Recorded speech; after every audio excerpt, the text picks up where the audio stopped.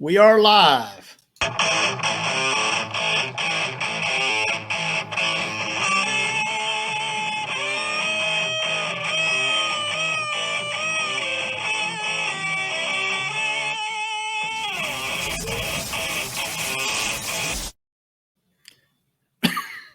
Stay tuned, stay tuned, stay tuned. I am not here with the coach, John Brent.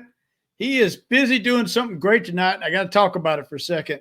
He's out there with a bunch of disabled young fellas and women, young men and women, and he's out there doing what's called the Beloved and Beyond. He's at camp there with them. He's a cabin man. He's a cabin guy for a cabin dad for about a week, so his hands are full.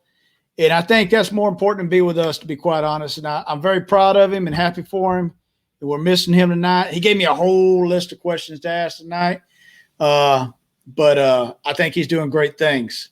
So with that, the first person I got to introduce, and we got comebacks tonight. We got two people that came back to us. They must have liked us a little bit. I don't know. But we didn't dog them out hard enough. But anyway, we got comebacks, and we got the great Don MacCuish. It's good to see you, sir. Hey, it's great seeing you too. We both had great vacations this summer, so we had a break from chatting. It'll be good to catch up tonight. Yes. And so you got a picture of somebody here, and I want you to tell us about him real quick.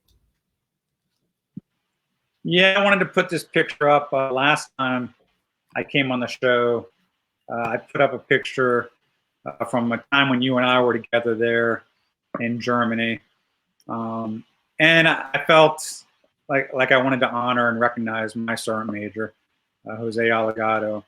And this is actually a picture of him coming up to Fort Leavenworth here at my retirement in December of 2018. And so not much of a story behind the picture other than I just love the man and I wanted to put him on the photo with me. And I just appreciate him coming to my retirement. And that's it. He's a great guy. I personally got to know him in Germany, and I got a lot of respect for him. And, man, that dude travels all over the world. He doesn't sit still for nothing. I can say that. And but I'm glad you introduced him because the world needs to see him. Not like they haven't, because he's been to every place that I can think of, to be honest. So our second person, a fellow sustainer from the 1st Sustainment Brigade with myself, is Mr. Ira Baldwin, and it's great to have this great man on as well. They say sustain the victory, durables. Good evening, folk. My name is Ira Baldwin, and again, glad to be with you. Forward to being a recurring guest here on this wonderful venue. And Don, good to see you again, and glad you enjoyed your vacation. And Ian, we talk all the time, and we banter back and forth with this good things, great relations. Good. So, Ira, tell us a little bit about this photo right here. That photo is of myself and a good friend of mine who is a naturalized citizen from Panama. His name is Kirk Ennis. And Kirk Ennis, you'll see in the next picture over. Of course, this is Desert Show, Desert Storm. If you hold for this picture right quick, he and I were promoted to sergeants the same day back in 1990 prior to our deployment to Desert Show, Desert Storm. Kirk wasn't on the Army boxing team. And I tell you, I found out quickly in the desert because we looked at each other one morning because we'd gotten on each other's nerves. And we were like, what are you looking at? What are you looking at? Kind of back and forth. And so we got in each other's faces and, well, we punched each other out. Then we went to breakfast. So that was 1990. So if you look back to the next picture, that's me attending Sergeant Major Ennis's retirement ceremony at Fort Bragg. And he's currently teaching junior ROTC in the Fayetteville, Fort Bragg area. But we're lifelong friends, and something that we'll talk about later, we'll talk about losing friends, gaining friends, keeping friends in this crazy social environment. We'll talk about that as we go there. But Kurt, great American, naturalized citizen, did the immigration the right way, but he is also liberal-minded. We've gotten in a fight before, really wanting to fight. This is more of a desert roast. But we are lifelong friends to the day we die. Well, I got to ask a question. When y'all got in y'all's fight, after your first punch, about how many punches did he get out on you? I did not get one punch in, trust me. He was an Army boxer. He had very fast hands. Yeah, he was on the 2ID. That's where we made the Army boxing team from the 2ID boxing team back in the late '80s. And again, as aircraft repairman and just great friends. And we talked quite a lot about a myriad of issues from immigration because it took him a while to gain his citizenship, but he never gave up. And it's a good thing, being in the service, and that was a venue by which he could get a pathway by which he could gain his citizenship. And I think that's the right way. And that's something that I think we'll probably cover down the line. Yeah, that's phenomenal. That's a great story. And people that have never been in the military don't really understand these types of relationships you have, that you can be away from somebody for a long time and you can just pick right back up where you left off because they're so firm in their foundation of the sweat that everybody shares with each other and how close everybody is with each other. So, man, that's awesome. So we got some interesting topics, and one's kind of popular a little bit now, and we're going to talk about that guy named Governor Abbott. Governor Abbott from this great state of Texas, which, I'm partial. We got somebody from Missouri, got somebody from Georgia, so we got somewhat part of America in this. But the question I got, I'm going to start out, was on March 2nd, Governor Abbott came out and he said he was going to remove the mask mandate for COVID. And he was going to allow an individual to make their own decision, and no state institution could direct that they force you to wear the mask after that. And at the time, he took a beating on this, and we'll kind of cover it in a little bit. But do you think he was ahead of the game? Was a good call, or what do you think, Don? And, it's so crazy to think about this past year and all that we went through with COVID. Even March seems like almost ages ago. And so, I don't think anyone disagrees that a year ago something had to be done. We had to slow down the rise in that pandemic that was occurring. And we didn't really have much experience, and so we were making guesses at what is the best strategy to use. And of course, politics played into it, and it's an election year. And we probably went a bit extreme because we were trying to overturn an election at the same time that we went through a pandemic. So you couple all that with every state shutting down for an entire year. And everywhere you went, there were mask mandates. Restaurants were shut down for a period of time, some states different than other states. My son was in college down in Florida during that past year. And his experience in Florida was totally different than us in Missouri. I remember him coming back at Christmas time. And we were all used to being in the swing of things. Things were generally open in Missouri, but there were limitations, no more than groups of 10, but restaurants were open, stuff closed earlier than normal. But you did have to wear a mask everywhere you went. Well, he just wasn't used to that. And, we'd be heading off somewhere and he'd be the one that constantly forgot his mask because he just wasn't in that habit down in Florida. But by March, when, Governor Abbott took that lead, I'd say that we were probably as a country in a state of paralysis. We were all paralyzed. And someone needed to take a leadership role to get us out of that paralysis. There's several examples I can think of. My other son, because another state that was pretty forward-looking was South Dakota, actually. And my son had a wrestling tournament up in South Dakota. And I don't remember the month. It was probably about February, March. And we went up there. It was probably January or February because there was ice on the ground. It was covered in snow. And we walk into this venue, and they have the temperature gauge machines shoved off to the side. No one was wearing masks. I felt paralyzed when I walked in because I was used to everywhere you go, you put on a mask. And it just wasn't that way in South Dakota. And then even here in Missouri, once we got vaccinated, there were still questions on, well, do we wear masks once we're vaccinated, or do we not wear masks once we're vaccinated? And so there were examples of that all over the country to different states. California more so than here. Florida probably a little bit less. And so what Governor Abbott did for, whoever says he was earlier than he should have been, well, someone had to ultimately take that first step to lead the nation. And we weren't going to get that out of Washington, D.C. Someone had to lead the nation out of this pandemic. And in my opinion, he did a great job at taking those first few steps.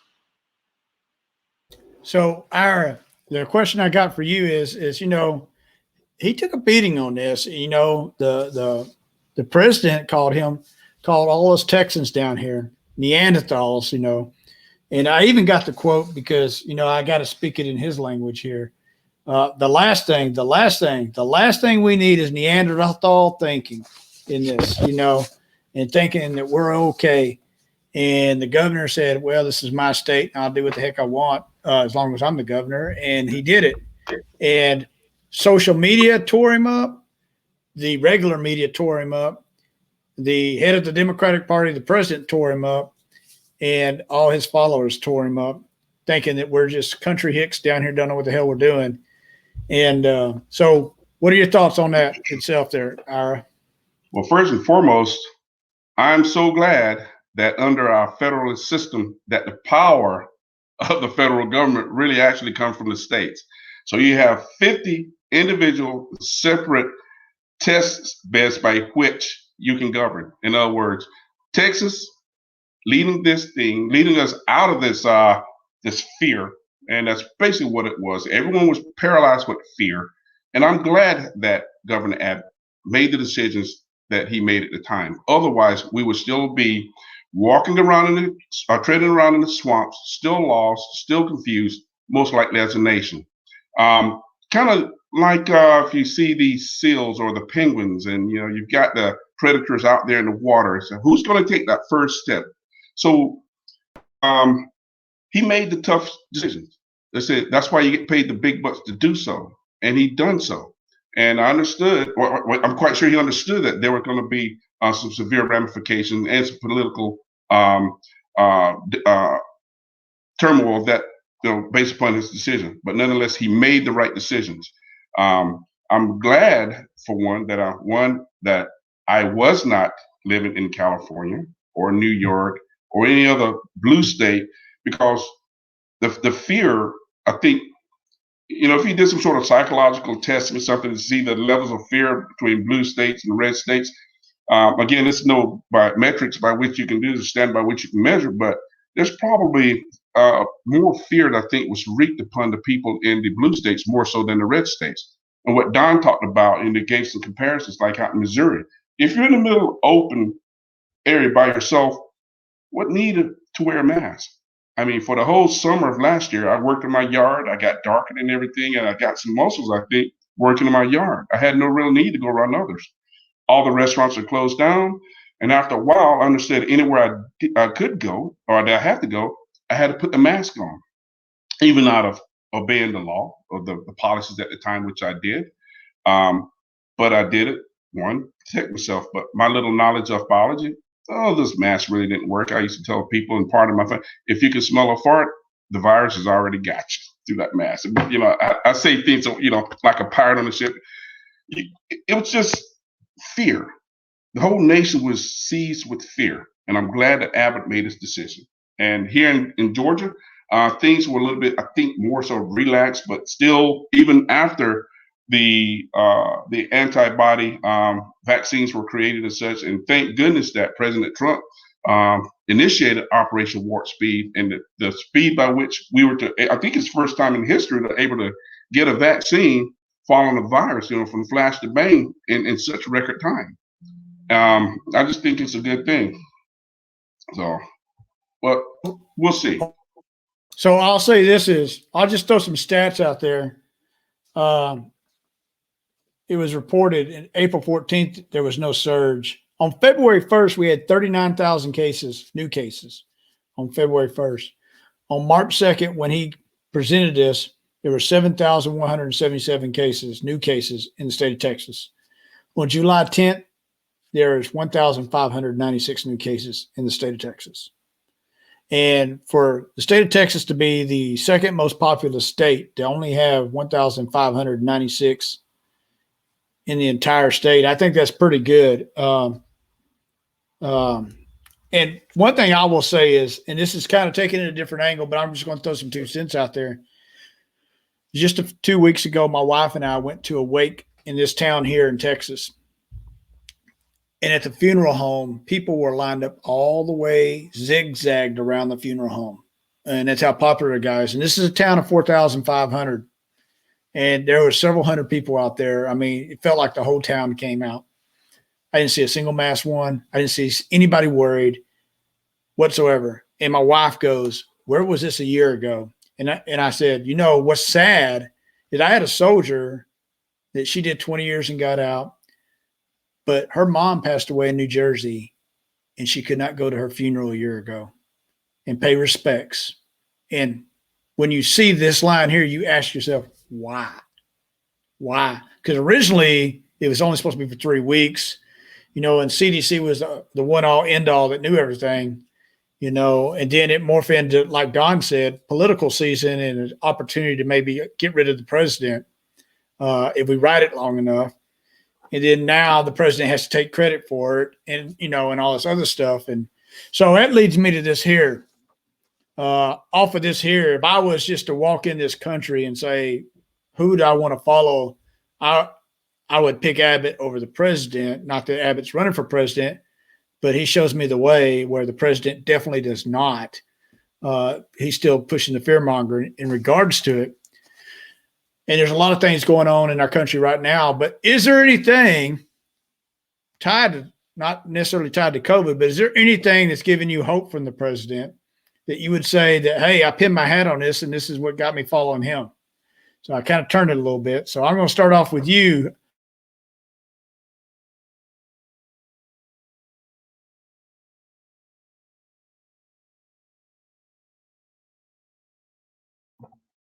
Are you going to start off with me? I don't have confidence in the current administration as is.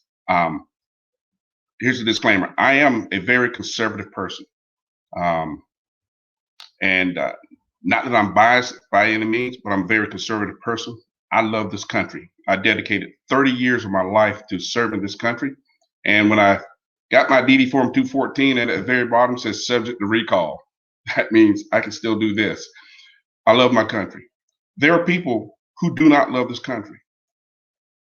Barring whatever political affiliations people have, if they're Democrat, libertarian, or conservative, Republican, fine. Vote your conscience. Vote your wallet. Vote your feelings. I don't care. But I don't have the confidence that this current administration has our best interests as a nation. And I don't have the confidence in them. I want our president to succeed, but I want our president to put us first, to put policies that affect us in the most positive way. And then when we have to deal with our adversaries, deal with them in the most terse and most stern way possible. All right. I like the use of diplomacy, but I also like to carry that big stick and have it available if necessary in the toolbox. I don't think we don't have the confidence in our president to do that as a leader, both nationally and internationally. I think the fiscal policies are going to wreck us. I think the domestic policies are just non-existent. Well, they are existent, but everything I think that was put in place to prop us up, to give us that sense of national pride, is just totally thrown out the door. The focus is not on us. I don't have anything good to say about this administration, and I'll leave it there. I'll shoot it back to you. All right, Don, I'm going to throw it to you here real quick, and then I'll probably wrap this thing up after that. So, well, I want to be an optimist. So if I were to say something positive, I'd say it's only going to be a one-term presidency. There is no way that the country is going to vote Biden back into office. I mean, the only reason he was elected was to defeat Trump. And so someone else will come that's new. And on top of that, I mean, so I met Kamala Harris once, when a good friend of mine, his brother was going before a hearing. He was nominated to be a federal judge by President Trump. Wonderful man, but he was a black conservative. And so he went, and I wanted to go and support his hearing there before Congress. And there was universal support for him. The Democrats wanted to support him because it brought another black judge into a prominent position, and that's very positive. And of course, conservatives wanted him because it demonstrated that there is a need and a strong desire to have more black leaders in the Republican Party. So both parties were universally supportive of this nomination. Kamala Harris was on the committee, and because Governor Wild was sitting behind this man, who is a strong leader in politics, being, I think he was the first democratically elected African governor, definitely in Virginia, but very powerful in both, in all political communities, still active in politics. He was sitting directly behind this nominee. And so Kamala Harris couldn't be part of that. And so she actually stepped out of the room, the only one. And at the end of the hearing, all the people on the committee came down to shake his hand and introduce themselves to him. And of course, they wanted to meet the former Governor Wilder as well and shake hands with him because of his power and prestige in politics still. But not her. She couldn't look him in the eye. She couldn't congratulate him. She couldn't even shake his hand. And that showed a side to me of her. Cory Booker was on the committee. Cory Booker came down, a strong Democrat, also running for the vice president position at that time. So I'd say the fact that she's vice president, she's in a spotlight now, that people are seeing her real colors, her unwillingness to go to the border and address that, her unwillingness to take any leadership role that Biden assigns her because it's not what she wants. And she only wants to do what she wants. There's no way she'll be president either. And so Biden is safer than her because he just follows the talking points in the index cards that his staff gives him to put in his pocket. Just like he went to get the pie the other day and had to pull out his index card to get his notes. But that's the positive thing. Neither one of them will be president in a few years. And for me, the most negative thing, we can talk politics, but my biggest fear is debt. And the fact that we took on almost $2 trillion in debt as we were emerging from this pandemic. We did not need to take on that debt. And the fact that we're trying to do another $2 trillion in infrastructure debt, so $4 trillion that we're telling our children they're responsible for. Heck, we can't even get people to go back to work because they're still being given money from the federal government. There's more jobs available now than there ever has been, but people are making more money off of free stimulus checks, but they're not free because our kids have to pay for that money. Our kids are paying all that. So anyway, I diverged from your initial question, but that's my box. I think it was spot on. Can I add just one thing to that? What Don had spoke of. I listened to WSB Radio 95.5 here in Atlanta pretty much every day in the Eric Erickson show. Eric Erickson was an election lawyer. He himself has spoke about even having to help legislate or to work to sue people to get some local elections overturned. But during one of his shows, he spoke about the numbers of people. You look at the demographics of white male Republicans who, for some rhyme or reason, either didn't vote or had gotten angry at Trump at the last minute and decided to either not vote or vote for Biden. Okay, so however, you talk about the next elections and Biden being a one-term president. I'm quite sure that. But at the same time, now you look at, well, next election cycle come around, well, you think Kamala Harris would be catapulted to the forefront. However, those same white males who didn't vote for Trump, who voted for Biden, definitely are not going to vote for Kamala Harris. They can't stand her either, for the most part. It's kind of what the, in a nutshell, what I had extrapolated from Eric Erickson's show that day. I think the next election is going to be a win all, take all. It's going to be a dirt slinging fight, and I'm going to be the meme king from hell.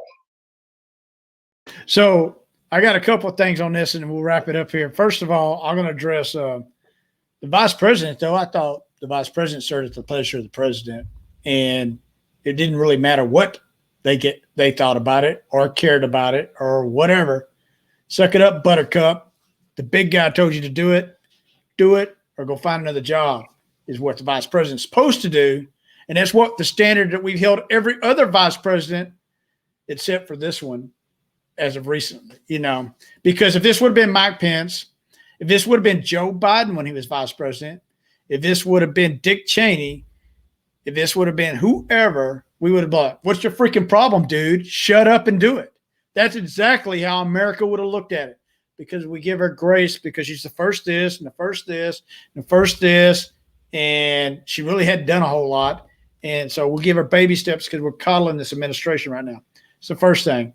The second thing I'll say is what you said about going to see and the judge and Kamala Harris stepping away.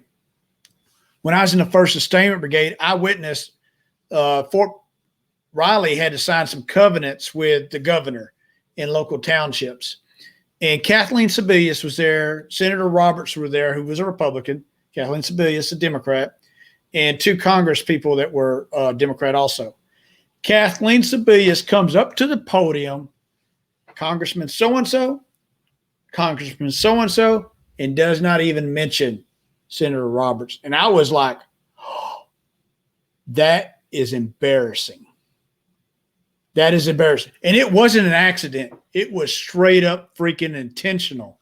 And I'm like, you can't get over your party for 5 seconds to go, hello, fellow legislator. Hello, fellow legislator. And move on. You're that hung up about yourself and your party. And I see the same thing with Kamala Harris in regards to this, because that's just what I see. Now, back to, has this administration given me hope for anything? The only thing that I've seen this administration tackle is their love and support for unions, where they've chosen unions over American citizens day in and day out. And why is that? It's because that's their campaign sponsor. I mean, he said that when he went on the campaign. But when you choose the teachers union over parents, we have a problem, Houston. I'm just throwing it out there. When you choose the teachers union over parents, and the teachers union leader construes the message, twist it, about things like critical race theory and saying everybody should teach the truth. Everybody should teach what's in the guidelines of the State Board of Education is what they should be teaching. And the guy that we had on last week, Tom Krupp, can tell you at a college level where he was teaching history, where they slipped in that, and he was like, oh, that's freaking straight up racism. Now, that might not be all critical race theory, but the portion at the collegiate level, that was. And the deal is where is it approved by State Board of Education? But the one thing that I found to be true with this administration is they'll stick to the unions over American citizens. So with that, I got to throw a little thing out here. Get a chance, come out to the Coach and the Vet, our website, buy some of our stuff. That's how we pay for it. More importantly, though, we like for you just to let your friends know all about us. Come to us, like us, follow us, write some comments, good or bad. We'll comment on them, and we'll never disrespect anybody on there. We take you for who you are. And that's a great point, because that's going to lead into our next segment. How is it, and I'm going to start with you, Ira, on this one. How is it in this country, why is it in our current time when somebody either likes someone or something that's political and we disagree with it, we must be enemies at that point and no longer friends? people have become so pigeonholed into an ideology. And again, earlier I had mentioned that I'm a conservative Republican. There are a lot of things that I don't like about the Democrats, and I don't want to become too entrenched that that's all I just see is horse blinders just down the right wing lane. But at the same time, I look left and I don't see anything that I really care that's been offered by the left. So when you have those diametrically opposed ideas, well, people are going to clash. And you know as well as you've seen some posts I've had, I like to start a conversation and clash, but I don't resort to ad hominem attacks against people. However, I get tons of ad hominem attacks against me and friends who may come in and chime in. And sometimes I have to mute the conversation or delete or send a private note and say, hey, or even a phone call and say, hey, that's not cool what you just done. It's an exchange of ideas. It's an exchange of information. It's an exchange of dialogue. Let's agree to get along. And if you don't have anything positive to say, just don't come in and chime because, well, you're going to have someone, if you think you're smart, you can find someone who's a little bit more informed and smarter than you.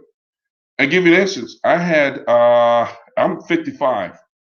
I think I know probably quite a lot more than the average 20-year-old or a 25-year-old per se, even by just living longer and gaining experience. However, I am not going to get into an argument with someone 25, someone half my age.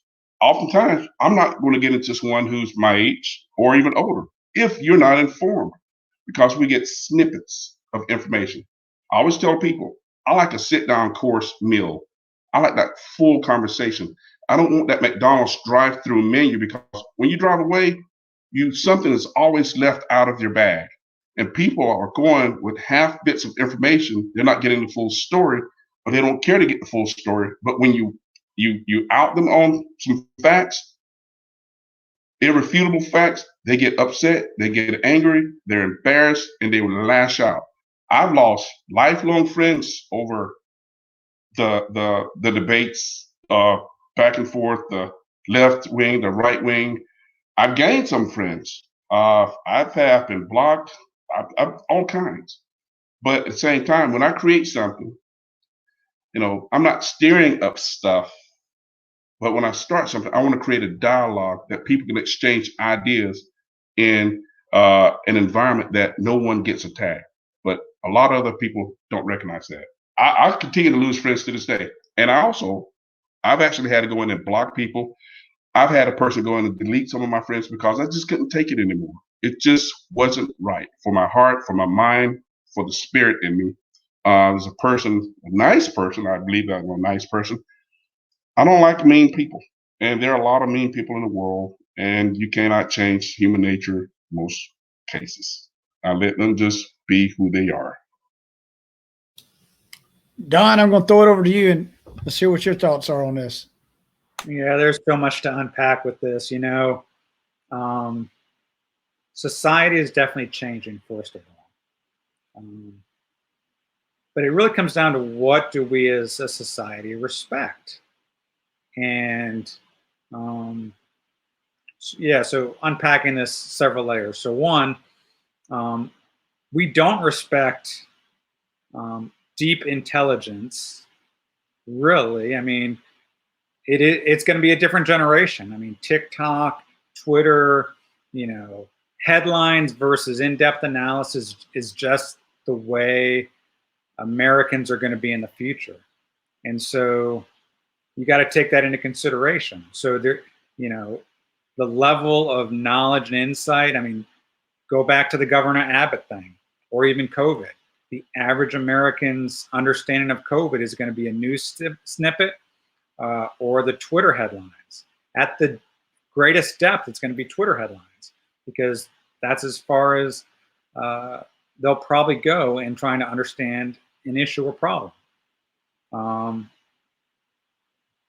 What else do we respect? Well, we don't really respect compromise anymore, and so if we don't respect the idea of compromise, then that leads to the inability to compromise and to see other people's points of views. And then what is it that we identify ourselves as? In the 80s, with the threat of Russia, we all, Republicans, Democrats, everyone identified themselves as American first, because our threat was an overseas threat. And even after 9/11, for a period of time there, we were, there. I saw something on the news about, I forgot, there was a Russian monument across the bay on the New Jersey side, honoring all those that lost their lives on 9/11. Beautiful memorial that the Russian people donated to us. I remember when we first deployed into Afghanistan and Pakistan right after 9/11, and the Iranians were instrumental in helping us out in various ways that the average American probably doesn't know. The Russians were very instrumental in our first C-130 crash in the mountains, helping us get that recovery stuff out of the mountains. There are so many things, but we were united against external threats. We're not really united against anything external in our country, and most people don't identify themselves as American first, like we did growing up. They identify themselves differently, and one of the main ways that people identify themselves right now is through political beliefs, where that was something that was a part of us 10 years ago. I'm a husband, I'm a father, I'm a military officer, I'm a football coach. Oh, and I'm a Republican. Now, those political beliefs and how they see the world is a primary way in which they identify themselves. And so if we identify through different things, then that takes away something that unified us before.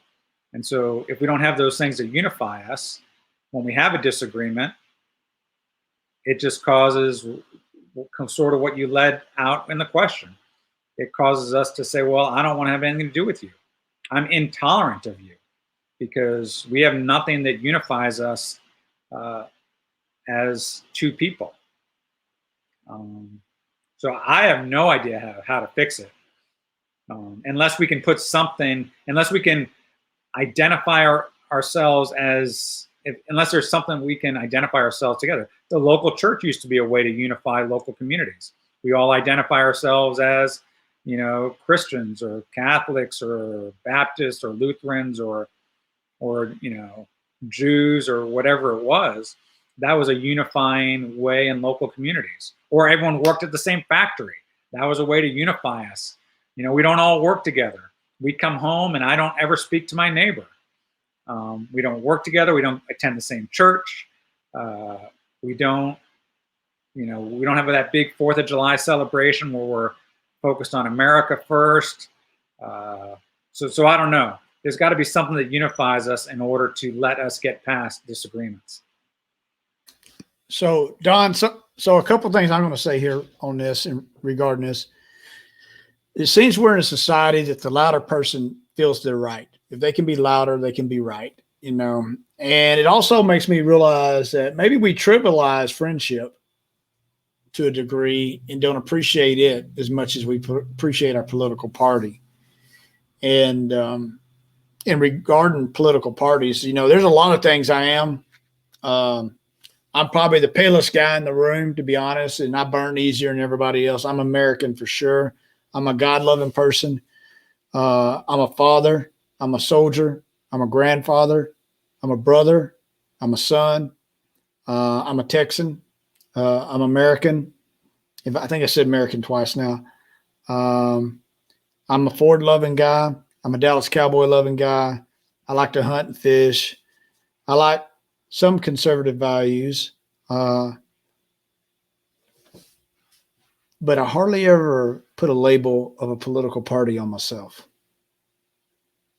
And when we come to a society where I see, especially on the left side, that is more important than anything else, it seems like, is I've heard people get serious. I'm a Democrat, and you should be proud that I'm a Democrat. I'm like, what makes you proud of that? I mean, I'm just asking. And then that's fighting words when I say it. And then I will say is I wrote an article a long time ago, back in October last year. It's on our page. It's called Friday Thought to Ponder. And I normally reserve those. We picked up a new article called Doesn't America Deserve Better? And I started putting more articles like this on America Deserves Better. But on that, the article was, is a presidential candidate truly the devil?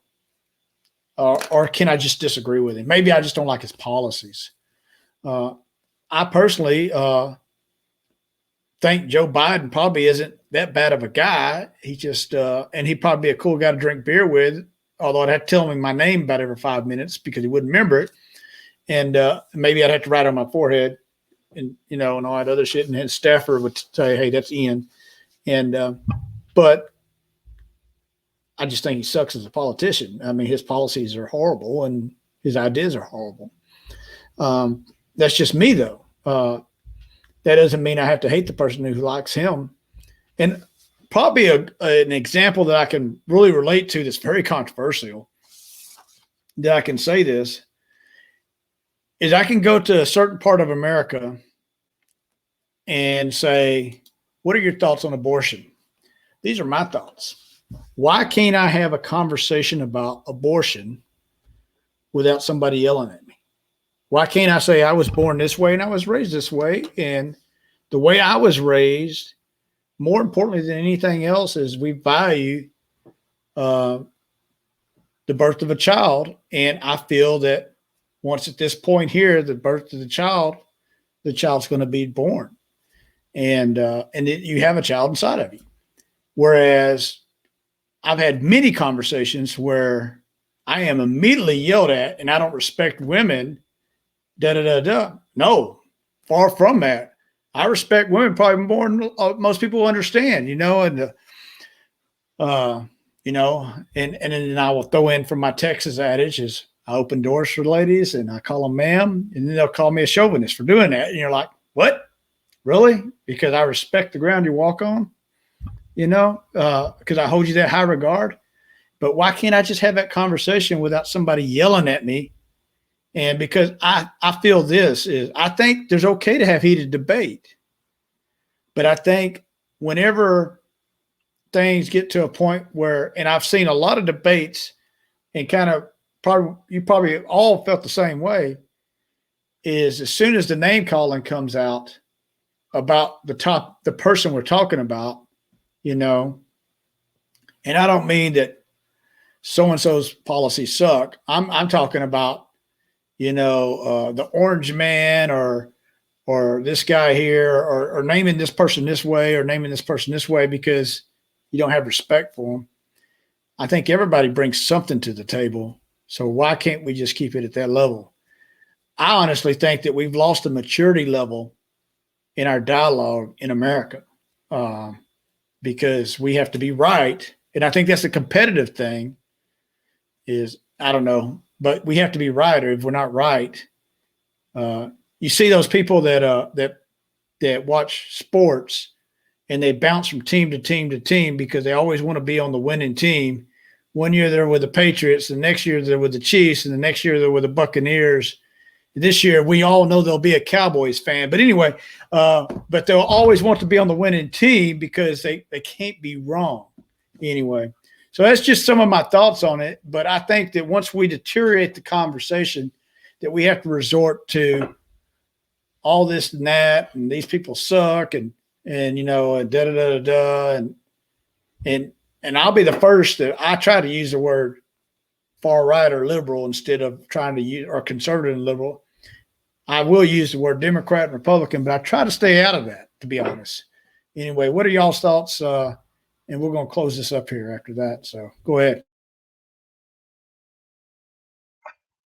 Well, I tell you, both Ian, you and Don were spot on. And Don, I believe that you unpackaged your thoughts very well. And you hit every point, I think, right on spot, time on. And it made me to reflect back. And you talked about, well, most times people these days identify themselves as a political entity. And I had said earlier, well, I'm a conservative Republican. I did say that. And I admit I said that. I have conservative values. I believe in God. I love this country. I dedicate myself to this country, and I still do. Salute the flag. I respect all those things. I respect everything, and I love everything about this country. It's given me everything, and I will never want to see that thrown away. And so, I had to take a step back and say, you know what? Let me be an American first. Because you said earlier on, during the time that we grew up, our churches were the unifying part of our local communities. You pull it to the fore right now, churches are themselves are a dividing part because they're preaching politics within the church walls themselves. This is what I've seen a lot of cases. So the politicians and the other community leaders in general have effectively divided us along the political lines, along the racial lines, along the gender lines, along everything. They've hit every point that they can divide us, and they cause us to argue amongst ourselves. But what I would like to see turn around is that the politicians themselves argue amongst themselves. Now, I recall U.S. history before 1865, U.S. history after 1865, and those history books in the CDO, the hand-drawn political cartoons, and I just love to see those old cartoons, political cartoons. And Gary Varble, I think it's more modern day. If you know Gary Varble cartoons, I follow him on Facebook and such, and he hits every point that really describes a lot of the politics the way we're going now. But politicians used to yell, scream, and literally almost fight each other. I mean, in the halls of Congress. I don't mind seeing that. Fight. I want the citizens to unite because ultimately it's up to us. But we have to choose the right politician. If they don't work for us, we got to get rid of them. We cannot be afraid of our politicians. I have no problem calling a politician and telling them, I cannot wait to Hank Johnson come back to this district so I can go to his office, so I can stand up and I will call him out. I'm not going to attack him. I just want to call him out and I want to yell at him. I want to get my frustrations on him, not on my American compatriots.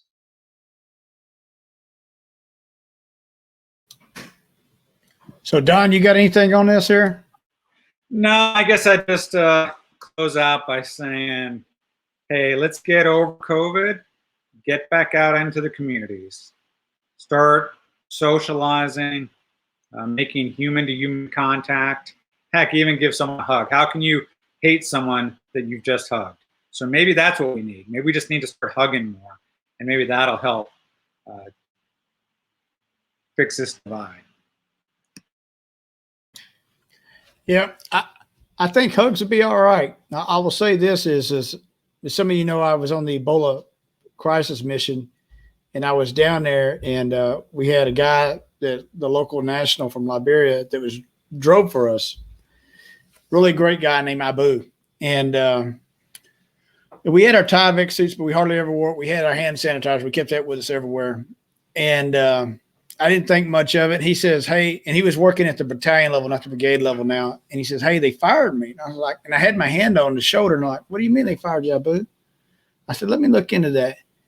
And then he tells me, he says, I had bubble guts and they let me go because I was sick. And as soon as he said bubble guts, I'm like, uh-oh.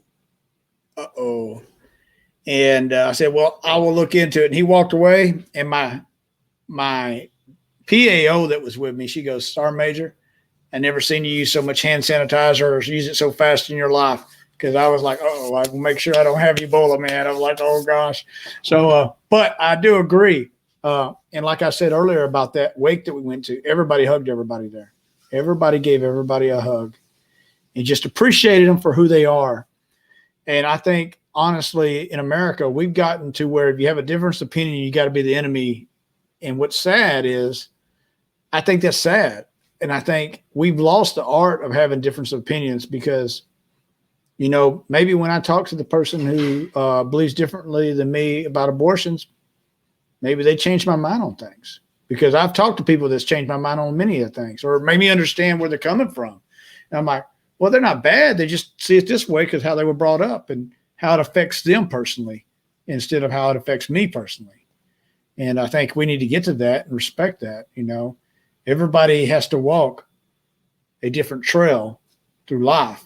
We all don't get to walk the same one, and it's how they approach it and follow through with it is how they become who they are. So anyway, man, it's great to have Don and Ira on, and I definitely want to have y'all both back on, and hopefully we'll have some different topics on here. I think we will, because the modern day of politics throws us so much food to digest. I can tell you that we're eating at the buffet all the time.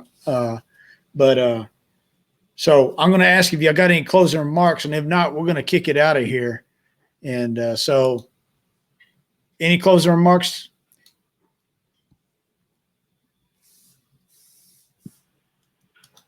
I just say I appreciate you having me on again. I do enjoy this. I like the dialogue. I like hanging out with both of you.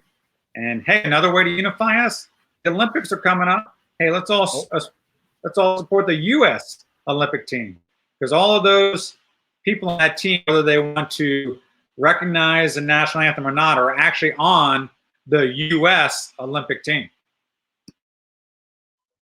Concur. USA, USA. Okay, so are you good, Ira?